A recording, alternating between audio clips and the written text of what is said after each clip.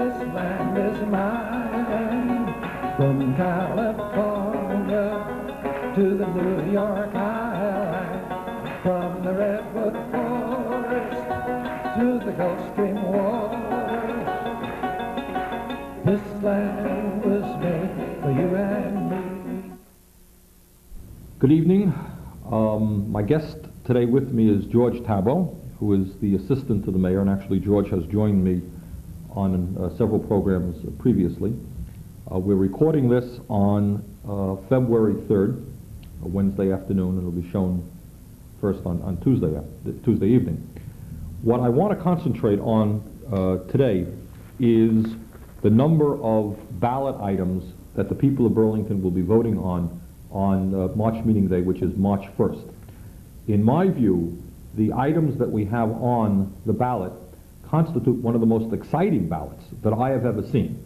A lot of really important issues facing the people of our city that will determine the future of our city, and the people of Burlington will have a chance to vote them up or down. Some of them are money issues, some of them are not, some of them are non-binding issues, which essentially are just advisory opinion questions that the City Council will hear. Let me start off with the first item on the ballot, item number 1, which is probably the most controversial of all of the ballot items. And that is a charter change. And by a charter change, we mean an attempt to change the charter of the City of Burlington, which then has to be approved by the Vermont State Legislature, a process which I am not terribly enthusiastic about, to tell you the truth, and that we deal with in another item on the ballot. But that's what a charter change is. And that first charter change deals with the establishment of a child care development fund here in the city. And let me spend a few minutes talking about why I very strongly support this charter change. The fact of the matter is that throughout our country and throughout the state of Vermont and in the city of Burlington, the child care situation is in a crisis situation. It is in crisis situation, and I use that word advisedly, for a number of reasons. Number one, the cost of child care for working people is very, very high. The average cost is what, George? About $72 a week in the Burlington area. Okay, it's about $72 a week. Some of the centers are more expensive, some other facilities are less expensive. If you understand that we have many people in our community who are making $15,000 a year income, $20,000 a year, and you're talking about 70 or 80 or in some instances $90 a week for one child in child care, you're understanding that a very significant part of the income of working people is going toward child care. And it's really reaching absurd proportions. And what it means is that people are spending a lot of money. Other people are saying, it's crazy. If I'm going to go and work and bring home $200 or $300 a week, it doesn't make a lot of sense to be spending 1/3 of my take-home pay for child care. So you're having a number of people who are not going into the workforce. They're not improving their lives. Often women who are single head of household leaders who are not going into the workforce, are not advancing themselves, are not becoming as productive a citizen as they would like to be because of the high cost of child care. The reason that child care in this nation is in crisis, in my view, is precisely because the federal government is not doing anywhere near what it should be doing, especially under President Reagan. The president always seems to have money available to fight wars in Nicaragua or else do many other things with a $300 billion military budget, but there's not enough money available for child care. Interestingly enough, I think in Canada now, which is a country with 10% of our population, the conservative government of Canada is talking about a $5 billion more money. They're going to be phasing in that much more money into the daycare programs. $5 billion new dollars for child care in Canada, a country with 10% of our population, and we're doing extremely poorly in terms of our federal government. There is a bill in Washington called the ABC Child Care Bill, which we're strongly supporting. What is it, for $2.5 billion? Yeah, and it would bring about $4 million into the state of Vermont. Right, which would certainly be a major step forward.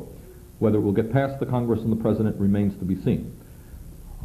In Montpelier, there is going to be an effort. I believe the governor's budget includes more money for child care. My understanding is that it includes about $550,000 new dollars for child care in the state of Vermont. That's a step forward, but it is nowhere near enough money to deal with the problem.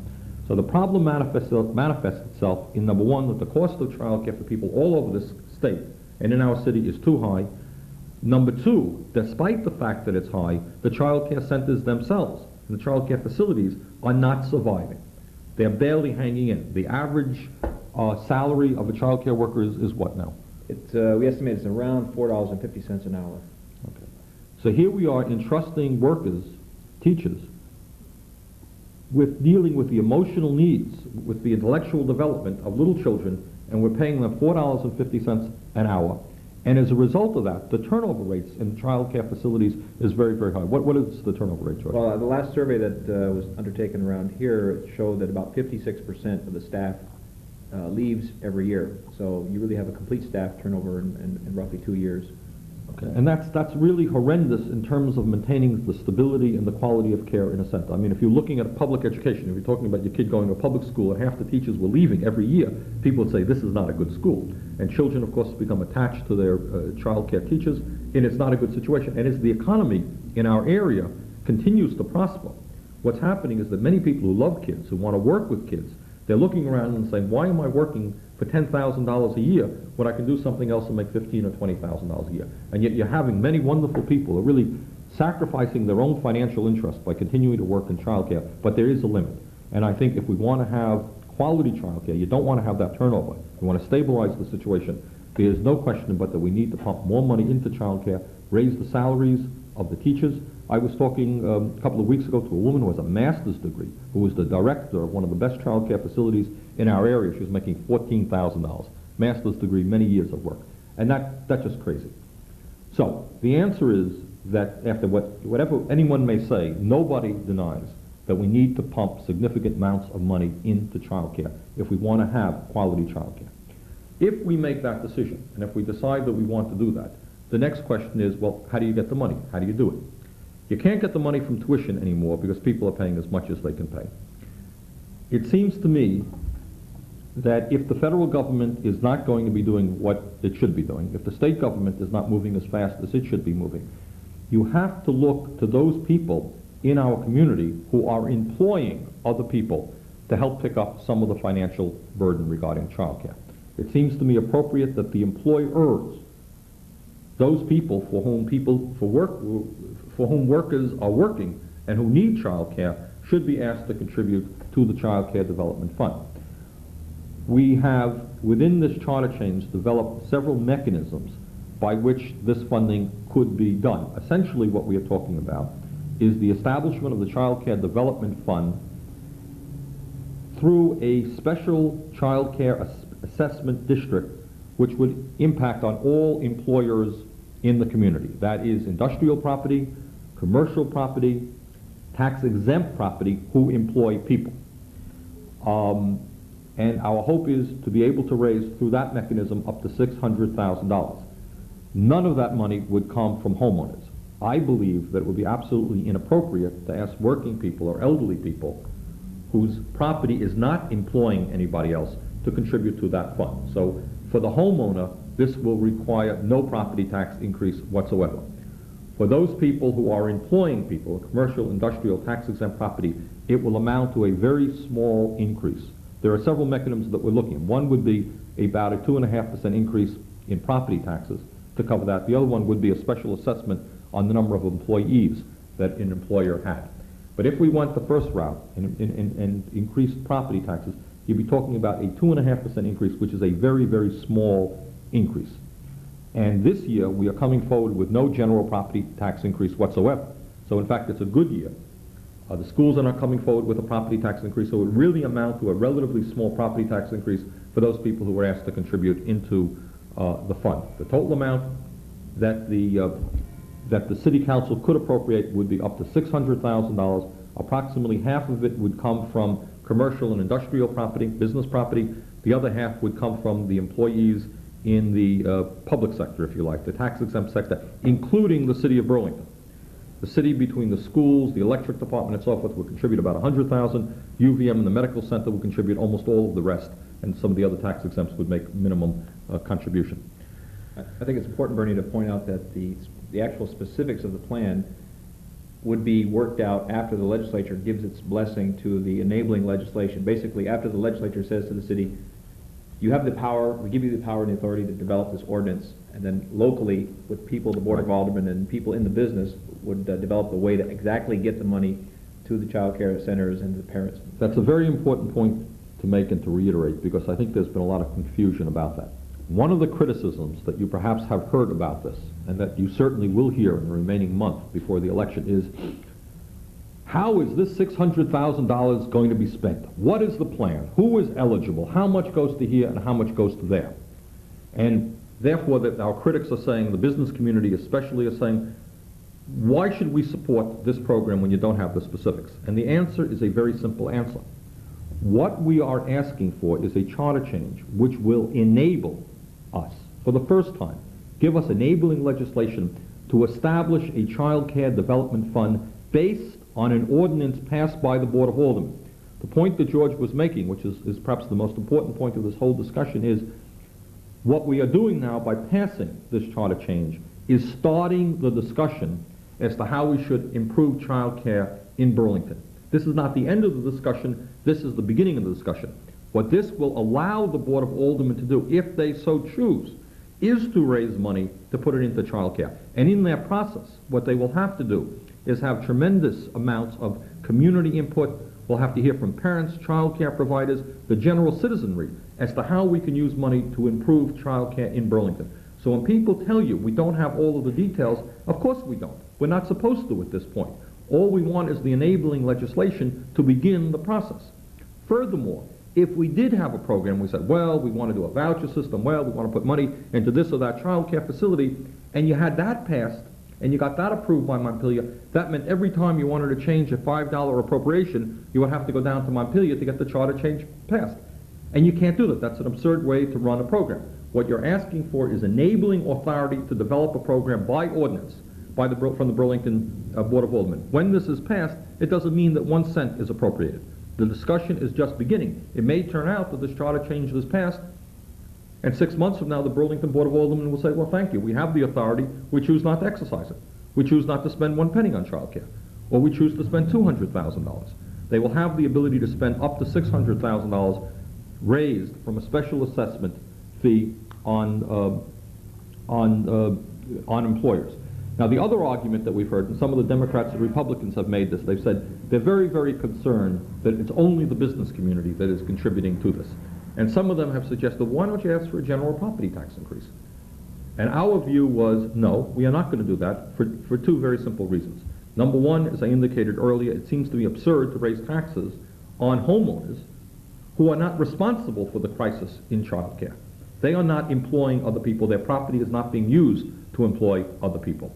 Second of all, if you did a general property tax increase, you would exclude 2 of the major employers in the city who are contributing to the child care problem. That's the University of Vermont and the Medical Center. And you would have the homeowners paying that money rather than UVM and the Medical Center.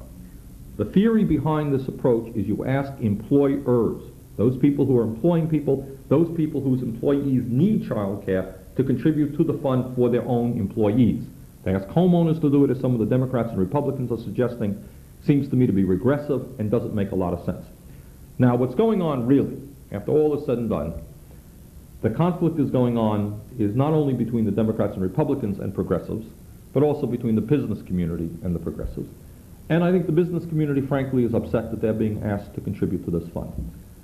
And I don't know, what to say. We are not picking on them, but ultimately somebody is going to have to pick up the burden. I don't think it should be homeowners. I think it's appropriate that employers whose employment is in a sense the reason that the problem exists, that they pay their fair share. And I think the last point that I would like to make on this issue is that every piece of progress, every benefit that working people have made in the 20th century, whether it is the 40-hour work week, whether it is the right to organize unions, whether it is a minimum wage, whether it's Social Security, whether it's Medicaid, whether it's Medicare, whether it's the right to have work in a decent and safe environment.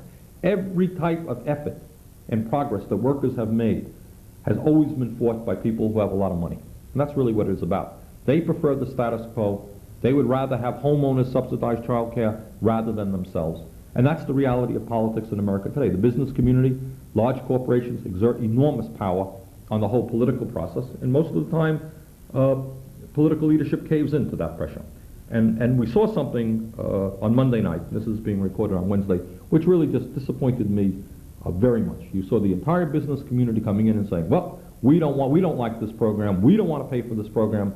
And I usually don't get involved in partisan politics on this program here, but I have to say that without exception, on Monday night, every Democrat and every Republican said, okay, you guys in the business community don't want it, that's fine, you don't have to have it. That disappointed me very much. So we spent a bit of time, we're going to be spending more time on that. It's going to be, to me, a very, very important issue. Parents and children are entitled to quality child care.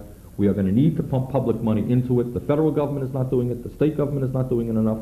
It has to be done at the local level. The business community, UVM, the medical center should be contributing to it.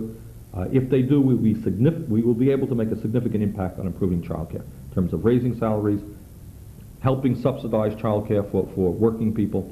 I think it's an important issue. George, do you want to add anything to that? No, I think maybe before we get into the other ballot items, Mayor, we could basically remind people that people who are not registered to vote or who want to change, have moved within the city and would like to change their place of voting, that the deadline for registration is Saturday, February 13th at noon, 17 days before the election.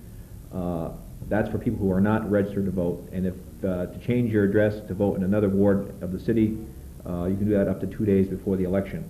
But we really urge people that have moved to kind of notify the city clerk, stop in and make that proper change so they can vote in their own ward and or register before Saturday, February 13th at noon. And I thank you for making those comments. In this city in the last number of years, we're very proud of the fact that voter turnout has significantly increased, both in terms of mayoral elections and aldermanic elections and ballot items. And my sincerest hope is that whether you agree with me or you disagree with me, that's not important. We want to see as many people come out to vote as possible. There are aldermanic elections in all 6 wards, of course, and in addition to that, we have the 10 different items on the ballot. So we'll also have the presidential primary on the Right. ballot. And Right. one other note, in Ward 6, the polling place has been changed this year because of the damage to Edmonds to perhaps just for one election. It will be at Patrick Gymnasium at the University of Vermont campus. Okay, so for people in Ward 6, for the first time, in order to make it handicapped accessible, people in Ward 6, who usually voted Edmonds, I guess, will now be voting at Patrick Gym in UVM. Okay, also, if I'm not mistaken, Jim Rader, our city clerk, will probably have, I'm sure he will have the ballot items printed out for you to examine if you would like to study them and formulate your views before you walk into the polling booth. Okay, we went through item number 1, which is the Child Care Development Fund. It will allow the City Council to raise up to $6,000 from employers to fund child care in Burlington. That's item number 1. Item number 2 is again a charter change. Actually, before I go further, I should back up and tell you one more thing, which is important to know. This year, we are not asking for any property tax increase whatsoever for the general operating budget. And I'm very proud of the fact that for the last, this is a plug for us, we'll advertise it, plug for the Sanders administration.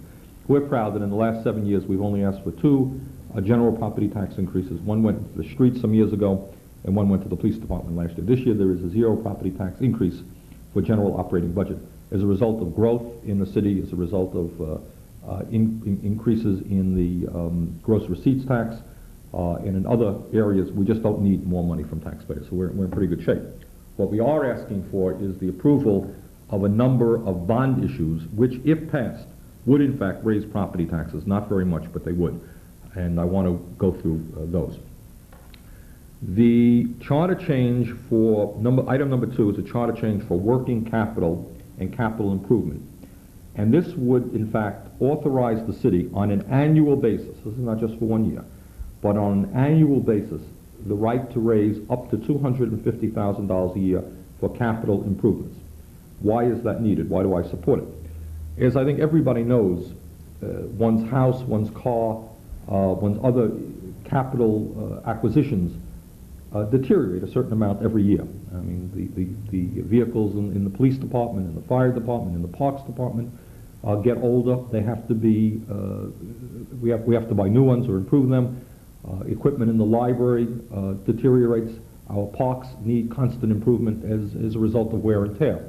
And what we would like to do is establish a long-term capital improvement program, which is different from the general operating budget in terms of the number of employees that we have or the salaries that we pay our employees. That's part of the general operating budget. The capital improvements are monies that would go directly to improve vehicles, parks equipment, the parks themselves, real products, real things. And what this would enable the city to do is to raise up to $250,000 every year to pump into replacing vehicles and equipment that is getting old and maintaining that equipment. And I think it's a good idea that we separate the capital improvement schedule from the general operating schedule. Item number 3 is authorization for capital improvement bond for city streets and other public improvements. That would be a $1.5 million one-time appropriation. Wouldn't be annual, it'd be one time. And that would go mostly into streets, sidewalks, handicapped access improvements. There will be about $900,000 going there and $600,000 going into other specific capital areas. One-time improvement. Now the story there is we are making, as I think most viewers know, significant progress in improving our streets and our sidewalks. We estimate that we'll need about $1 million a year. What we've been spending is about $1 million a year, which is why we're making that progress. We are going to need about $1 million a year for the next number of years in order to get all of our streets and sidewalks and handicapped access in the kind of shape that we would like it to be in. The excavation fee that we passed several years ago is bringing us in less money now than we had anticipated because, in fact, many people who are digging up our streets, many of the utilities, are now beginning to understand that it costs them a lot of money when they have to pay the excavation fee. They're getting their act together a little bit better, which is good for us because it means there's less digging going on in the streets. To make a long story short, what this would enable us to do is, for a 2-year period, pump $450,000 a year out of this bond issue into the streets, added to what we already have, will keep us going at $1 million a year for the next 2 years while we figure out another and more progressive, I think, source of revenue to fund ongoing street repaving. So this would be primarily for streets, sidewalks, handicapped access, curbs, but it would also be for the library. Some of that money will be going into the library and into the parks as well. Next item is a one-time bond issue of $900,000, which would go directly into the fire department to essentially replace all of the vehicles that they have right now.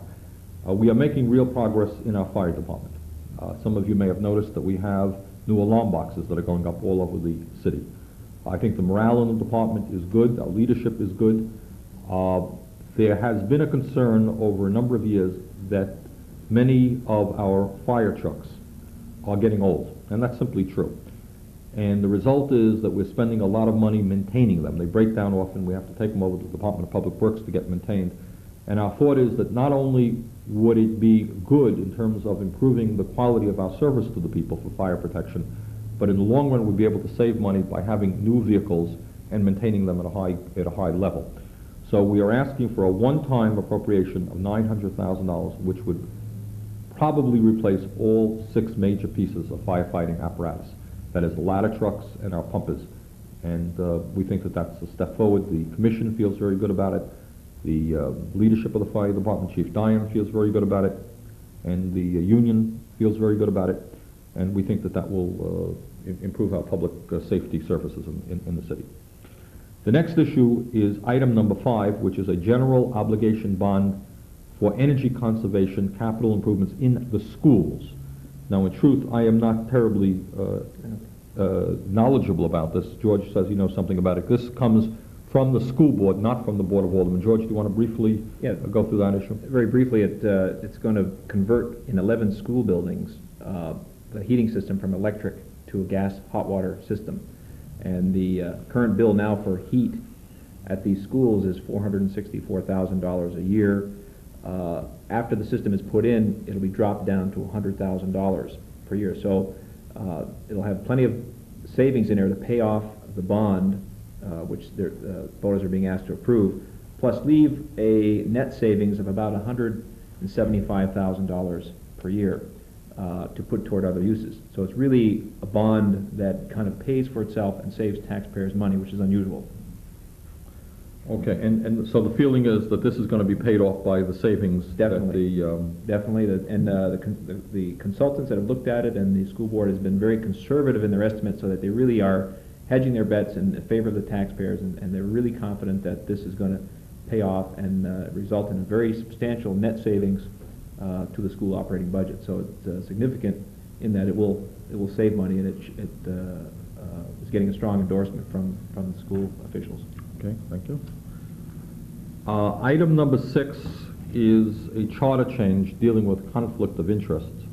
And very simply, that's one that the Board of Aldermen has worked on for a long time, which tries to ensure that elected officials, when they vote, are not in a conflict of interest, that they're voting their conscience rather than their own financial interest. So it deals with that issue.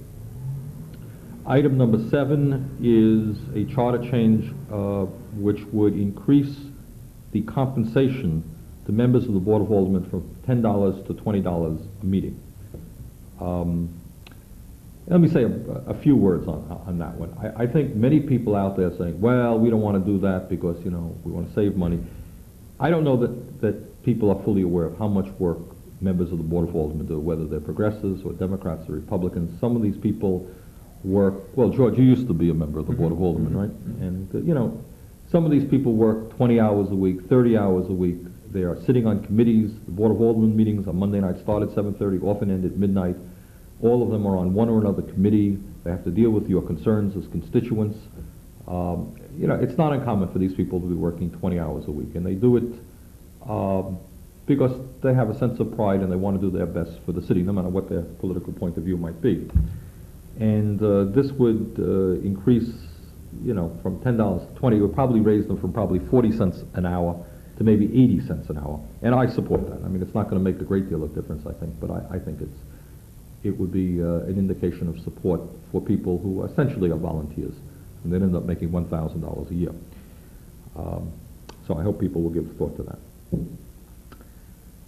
And that's also true even for the Republican and Democratic aldermen. We don't care. They should get it too. They work hard as well. Item number 9 is a very important issue. It's actually, I'm sorry, item number 8 is a very important issue. We're running out of time. Is that correct now? So I'm going to talk fast here. That is an advisory referendum. It's non-binding. It's not a charter change. There's no money involved. It is an opinion question, and hopefully the Board of Aldermen will listen to your opinion. And that deals with just cause eviction. Very simply, right now, if you are a tenant in the city of Burlington, you're living in a rental unit, your landlord knocks on your doors and says, oh, by the way, you have to be out of your house within a month or whatever it is. What's the limit time? 2 months? 1 month? 60 days. 2 months, right? You have to be out. And the tenant says, well, why? I've been living here for 20 years. Doesn't matter. You know, my Aunt Tilly is coming in. She wants the apartment. Okay, got to get out. A tenant has no protection today, none, zero, against arbitrary eviction. The tenant could be living. We've heard stories of elderly people who've been living in housing for years. I mean, decades after decades. The house gets sold. A new landlord comes in, cleans them out. It's wrong. A tenant should not be evicted from his or her unit just because the landlord wants to get rid of you, I think. Okay, this was very heavily debated by the Board of Aldermen. The progressives and myself tried to get this on the ballot through the Board of Aldermen. Republicans and Democrats did not want this on the ballot. It came on by petition from a tenants organization. People will vote on it, and it exists. Tenant protection like this exists in Boston, New Hampshire, New York, New Jersey, and in other areas. I hope people will support it. Item number 9, and we're running very quickly out of time, is an advisory, once again, non-binding referendum on growth control and management. I think all of us are concerned about the issue of growth. It's an issue that Governor Cunin and the legislature is beginning to deal with. What kind of development do we want in Burlington? Do you want local government to be vigorous in preventing development that you don't want? Do you want us to have the tools to be able to say to a developer, I'm sorry, you're not really wanted in the city of Burlington? If you want us to have those tools, we're going to have to develop legislation giving us more clout. It's really quite a controversial issue. So what the wording is basically, do the people want the city and the state to develop legislation to protect us from unwanted development? The last item is an advisory referendum, again non-binding, on prevention of sexual assault and violence. Clearly the issue of sexual assault and violence in our community, in the state, in this country, a very important issue. Women are assaulted far more often than people, I think, are aware of. I think in our city, in terms of the work being done by our Women's Council, by the Burlington Police Department, by Women Helping Battered Women, a bunch of groups, we're making some real progress. And this vote would indicate support for the direction, I think, that we are going in, and for the need for more programs. Whoops, wait a minute. Got a couple more? 11 and 12, my goodness. Okay, two very brief ones. Okay, advisory referendum on home rule, very important issue. Should the people of Burlington and every other community in the state of Vermont have the right to run their own lives without having to run down to Montpelier every time we pass a charter change? I think we should. I think the present system stinks. It gives the Montpelier state government far too much power over the cities and towns. That's item number 11. Item number 12, very important issue, an advisory referendum on national health care program, sponsored by the progressives. I happen to believe that given the crisis in affordable health care in the United States of America today, that the United States should join with every other country in the world, with the exception of South Africa, and establish a national health care system which would guarantee health care to all of our people as a right of citizenship. In my view, the present health care system is out of control, costs are zooming up, doctors' bills, hospitals' bills, Blue Cross Blue Shield, off the wall, no end in sight. I think you need a national health care system. This simply is an advisory opinion which would be sent to the United States Congress and President Reagan, and telling them how we as a city feel. And I'm running out of time. We'll be talking about these issues, I think, in the next couple of weeks. Once again, we hope everybody will come out and vote on March 1st. Thank you very much for your attention. Land is yours.